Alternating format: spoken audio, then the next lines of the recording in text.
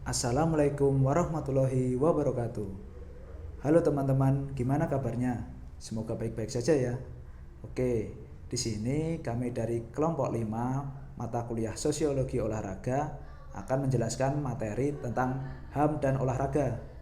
Oke, kelompok kami beranggotakan 6 orang, yaitu yang pertama Muhammad Syafi'i Ma'arif, yang kedua Ricky Mardiansyah, yang ketiga Iqbal Satya Gumilang, yang keempat Dani Andi Kurniawan, yang kelima Muhammad Valetonika Alite, dan yang terakhir saya Ardimas Wijaya Saputra sebagai moderator dalam penyampaian materi kali ini. Oke teman-teman, sebelum kita masuk pada materi HAM dalam olahraga ataupun poin-poin apa saja sih yang ada pada HAM dalam olahraga, kita akan mempelajari beberapa pendapat tentang hubungan HAM dengan olahraga. Masyarakat secara umum cenderung melihat olahraga sebagai sesuatu yang baik. Kita sangat familiar dengan klaim bahwa olahraga itu bersifat universal, fair play, dan berkarakter. Tak heran jika para pemimpin masyarakat seperti Adolf Ogi, Presiden Swiss, menyatakan olahraga mengajarkan kita keterampilan hidup atau life skill. Olahraga adalah sekolah tentang kehidupan. Dengan olahraga, anak-anak muda belajar untuk mengatur kemenangan secara wajar, menerima kekalahan, menjadi anggota tim yang baik, menghormati lawan dan peraturan, dan untuk menyadari keterbatasan maupun kelebihan diri sendiri. Pelajaran dan nilai positif olahraga sangat esensial bagi kehidupan. Namun, nilai-nilai dalam olahraga yang kemudian dapat dikaitkan dengan isu-isu hak asasi manusia jadi pembahasan dalam kali ini. Kami mencoba untuk tidak selalu melihat olahraga sebagai sesuatu yang secara fungsional dan harmonis berkembang di masyarakat dengan positif. Bagaimanapun, olahraga tidak selalu secara esensial bersifat positif. Olahraga kompetisi misalnya, berbasis pada prinsip-prinsip eksklusi sosial, dan olahraga memiliki kemungkinan untuk digunakan sebagai alat mengembangkan suatu ideologi tertentu, nasionalisme, militerisme, dan perilaku yang tidak adil berkaitan dengan gender, ras, atau kita yang sebut SARA. Oke teman-teman, di sini ada beberapa poin pada materi HAM dalam olahraga. Yang pertama mengenai hak anak, yang kedua yaitu hak buruh, yang ketiga hak perempuan, yang keempat hak atlet, yang kelima hak penyandang cacat. Nah, dari beberapa poin ini akan dijelaskan oleh teman-teman saya. Oke, untuk lebih jelasnya, mari langsung kita ikuti berikut ini. Hak anak.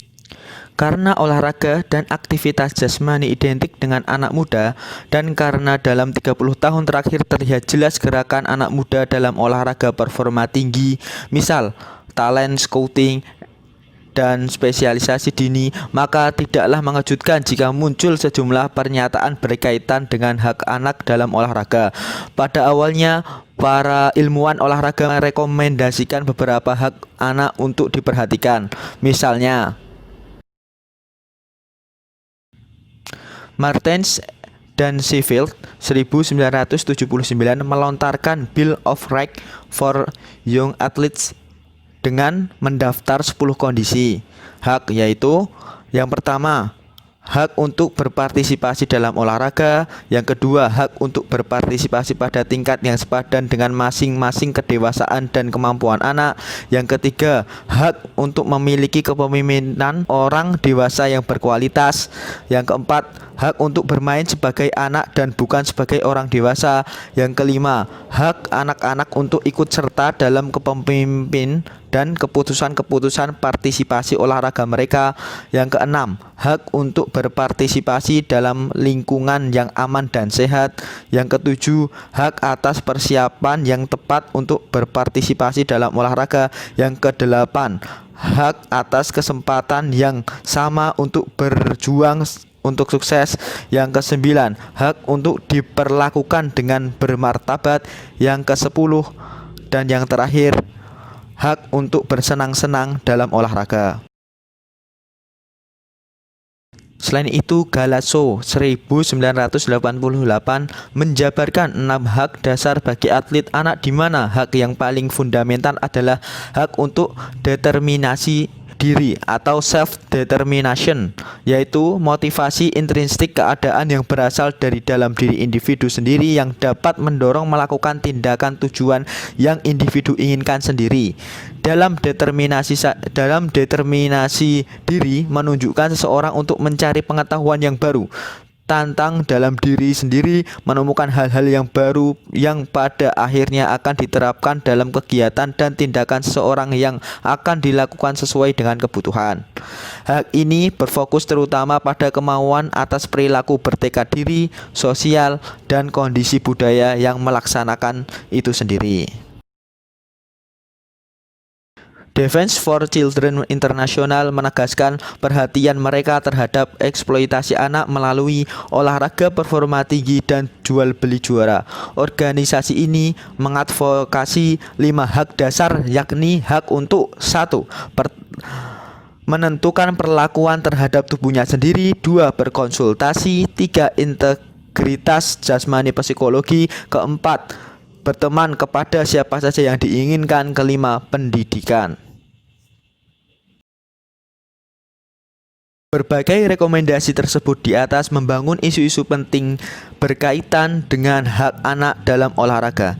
Namun, rekomendasi asli masih bersifat moral, bukan legal. Hal yang lebih mengikat secara legal adalah International Convention on the Rights of Children, yang mana 18 dari 41 pasalnya menyentuh isu-isu yang berkenaan dengan partisipasi olahraga dan mengidentifikasi hak yang sering dilanggar dalam olahraga anak. Misalnya pasal 12. Pasal 12 yaitu 1. Negara-negara pihak harus menjamin kepada anak yang mampu membentuk pandangannya sendiri hak untuk mengekspresikan pandangan tersebut secara bebas dalam semua hal yang mempengaruhi anak. Pandangan anak diberikan bobot sesuai dengan usia dan kedewasaan anak-anak.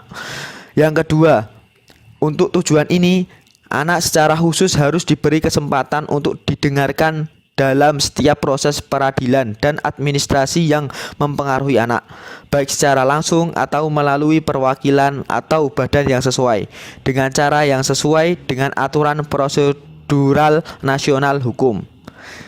Jadi secara khusus memastikan hak anak atas pendapatnya sendiri yang menjadi isu penting saat kita mengetahui betapa jarangnya mereka dimintai pendapat dalam dunia olahraga. Memasuki hak buruh. Berkenaan dengan tumbuhnya industri olahraga berikut dengan persaingan bisnis telah mendorong produk-produk semacam Nike, Reebok, Adidas, Umbro untuk melakukan produksi di negara-negara miskin untuk menekan biaya produksi. Namun, seringkali upaya outsourcing atau outproducing ini justru melanggar hak asasi manusia. Misalnya, anak-anak usia 7 tahun di India sudah mulai dipekerjakan untuk memproduksi peralatan olahraga seperti bola sepak kriket, hoki, peralatan pancing, dan tinju. Selain eksploitasi anak, persoalan hak buruh juga menjangkit upaya rendah produksi peralatan olahraga. Misalnya sepatu Nike. Kampanye internasional melawan sweatshop di negara-negara berkembang merebak sebagai tanda bahwa hak buruh telah dilanggar oleh industri olahraga. Apa sih kampanye internasional melawan sweatshop? Sweatshop atau pabrik keringat adalah tempat kerja dengan kondisi kerja yang sangat buruk, tidak dapat diterima secara sosial atau ilegal. Pekerjaan tersebut mungkin sulit, berbahaya, menantang secara iklim atau dibayar rendah. Pekerjaan di sweatshop dapat bekerja berjam-jam dengan gaji rendah, terlepas dari hukum yang mewajibkan upah lembur atau upah minimum. Undang-undang pekerja anak juga bisa dilanggar. Pada konferensi dunia pertama tentang perempuan dan olahraga di Brighton, Inggris 1994 melahirkan Brighton Declaration on Women and Sport. Asas pertama membicarakan tentang kesetaraan dan keadilan, yang isinya kesetaraan, kesepakatan untuk berpartisipasi dan terlibat dalam olahraga, apakah bertujuan untuk rekreasi, promosi kesehatan, atau performa tinggi, adalah hak setiap perempuan tanpa memperhatikan ras, warna kulit, bahasa, keyakinan, orientasi seksual, usia, status perkawinan, kecatatan, orientasi atau afiliasi politik, dan asal-usul bangsa atau sosial. Sumber daya, kekuasaan, dan tanggung jawab harus dialokasikan secara adil tanpa diskriminasi berbasis jenis kelamin. Nah, olahraga juga merupakan aktivitas keras dengan dominasi fisik yang begitu besar. Tidak salah satu pun wanita terlahir secara otomatis mendapatkan status sebagai olahragawan atau atlet. Dapat dikatakan bahwa status atlet yang dimiliki wanita merupakan achievement status, artinya kedudukan yang dicapai oleh seseorang dengan usaha yang disengaja. Kedudukan ini tidak diperoleh atas dasar kelahiran. Adapun faktor-faktor yang mempengaruhi keterlibatan perempuan dalam olahraga. Menurut Sumintarsih pada tahun 2010, penyebab meningkatnya partisipasi olahraga wanita dipengaruhi oleh yang pertama, peluang baru, yang kedua, kebijakan dari pemerintah, yang ketiga, kaum perempuan, dan yang keempat, kesehatan dan kebugaran jasmani, yang kelima atau yang terakhir, memberikan penghargaan dan publisitas terhadap atlet wanita.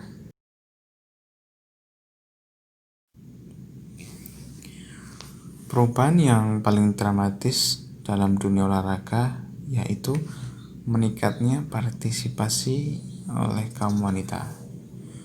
Kesadaran ini membuat kaum wanita mencari kesempatan untuk berlatih dan berprestasi di bidang olahraga. Banyak publikasi tentang gerakan kaum wanita dipengaruhi oleh yang pertama, ide tradisional tentang feminisme, yaitu bertubuh ramping dan menarik bagi pria. Juga ada penekanan pada perkembangan kekuatan fisik dan kompetensi. Yang kedua, diberlakukannya undang-undang perlindungan wanita dari kekerasan yang ditimbulkan oleh pihak lain. Mencaplurnya lembaga swadaya masyarakat atau LSM yang berorientasi pada kesejahteraan wanita. Hal ini membuktikan bahwa masyarakat kita, khususnya pemerintahan, berupaya untuk mengikis biar gender yang selama ini berlaku dalam sistem kemasyarakatan. Dengan adanya kebijakan pemerintah, kesempatan untuk berkembang bagi kaum wanita kini semakin terbuka lebar. Sebagai contoh, porsi anggota Dewan Perwakilan Rakyat meningkat beberapa persen dari kalangan wanita.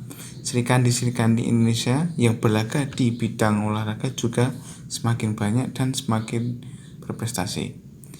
Peranan wanita dalam masyarakat juga berbeda di berbagai negara. Namun, dalam dunia olahraga ada upaya ke arah emansipasi.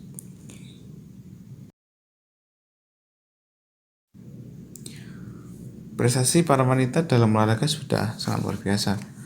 Para wanita masuk pada berbagai cabang olahraga dengan semangat yang tinggi untuk menghapus anggapan bahwa olahraga hanya hegemoni maskulin atau pria saja yang melakukannya.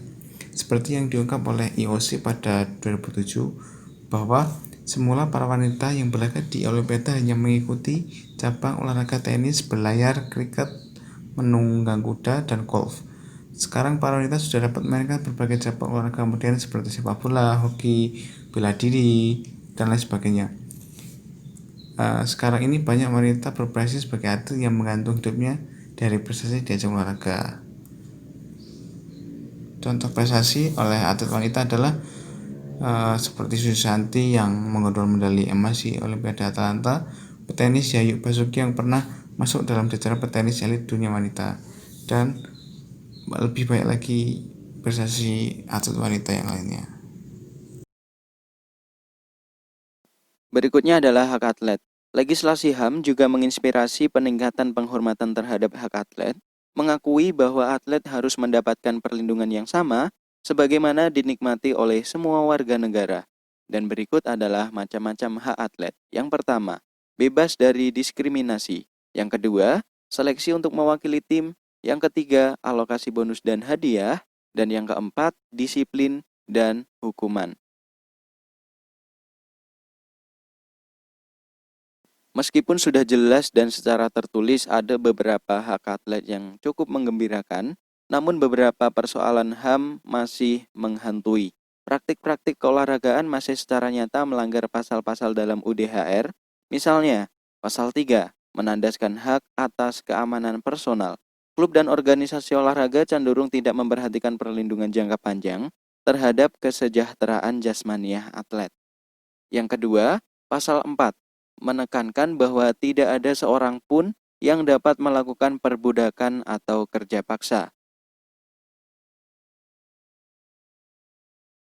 Namun organisasi olahraga belum memberi cukup perlindungan terhadap atlet junior berkaitan dengan kontrak di dalam olahraga profesional. Dalam olahraga amatir, seringkali keterbatasan dana menjadi tameng dalam menutupi ketidaklayakan honor, bonus, atau hadiah atlet. Pasal 18 menjabarkan bahwa setiap orang memiliki kebebasan berpendapat. Pasal 18 menjabarkan bahwa setiap orang memiliki kebebasan berpendapat menurut hati nurani dan beragama. Akan tetapi, organisasi olahraga seringkali bersikap kasar terhadap atlet yang membawa politik dalam stadium. Berikutnya pada pasal 19 sampai 21 berkaitan dengan hak masyarakat untuk mengekspresikan secara bebas, untuk menerima dan memberikan informasi melalui media secara bebas, berasosiasi tanpa halangan, dan berpartisipasi dalam layanan pemerintah atau publik. Namun, nampaknya sudah menjadi kebiasaan bagi organisasi olahraga untuk secara kaku melarang kebebasan berekspresi dengan cara mendisiplinkan mereka yang mengkritisi pengurus atau ofisial dan prosedur. Kita memasuki submateri berikutnya, yakni hak penyandang cacat. Konvensi PBB tentang hak penyandang cacat telah memungkinkan partisipasi penyandang cacat dalam olahraga. Pasal 30 secara khusus melegasi hak penyandang cacat untuk berpartisipasi dalam kehidupan budaya, rekreasi, kegiatan waktu luang, dan olahraga. Organisasi olahraga oleh dan untuk atlet penyandang cacat, baik mental maupun jasmani, telah berhasil mengunduh Special Olympic dan Paralympic Games yang pada gilirannya mendorong secara signifikan partisipasi. Namun demikian, hak penyandang cacat hanya mendapatkan sedikit perhatian dibandingkan dengan bentuk gerakan HAM yang lain.